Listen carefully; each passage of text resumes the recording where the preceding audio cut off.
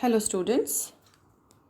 Now we are going to discuss last topic of this chapter. Topic is the Indigo Revolt, the Blue Rebellion.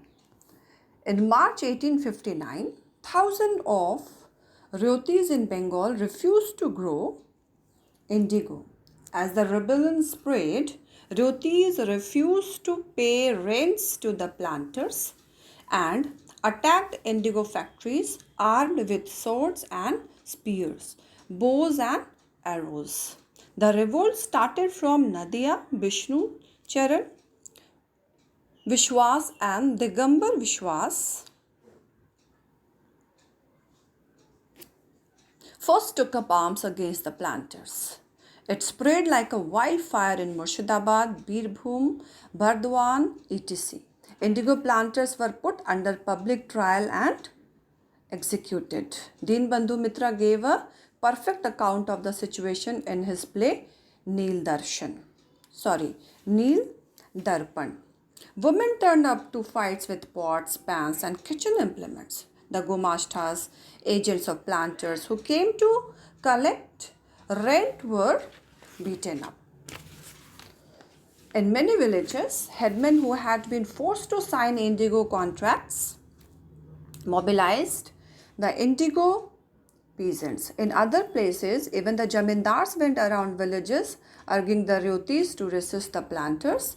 These jamindars were unhappy with the increasing power of the planters and angry at being forced by the planters to give them land on long leases.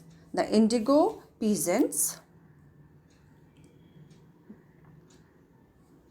also imagined that the British government would support them in their struggle against the planters. After the revolt of 1857, the British government was particularly worried about the possibility of another popular rebellion. When the news spread of simmering revolt in the indigo districts, the Lieutenant Governor General the reason in the winter of 1859.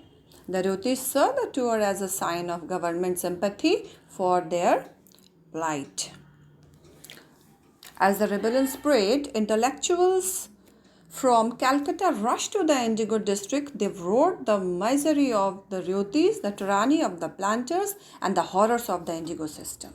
Worried by the rebellion, the government brought in the military to protect the planters from assault and set up the Indigo Commission to inquire into the system of indigo production.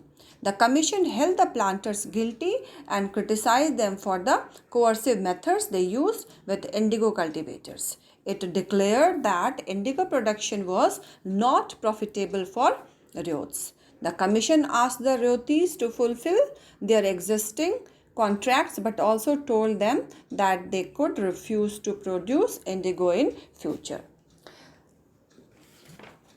After the revolt, indigo production collapsed in Bengal. But the planters now shifted their operation to Bihar with the discovery of synthetic dyes in the late 19th century. Their business was severely affected, but yet they managed to expand production when Mahatma Gandhi returned from South Africa. A peasant from Bihar persuaded him to visit Champaran and see the plight of the indigo cultivators there. Mahatma Gandhi's visit in 1917 marked the beginning of the Champaran movement against the indigo planters.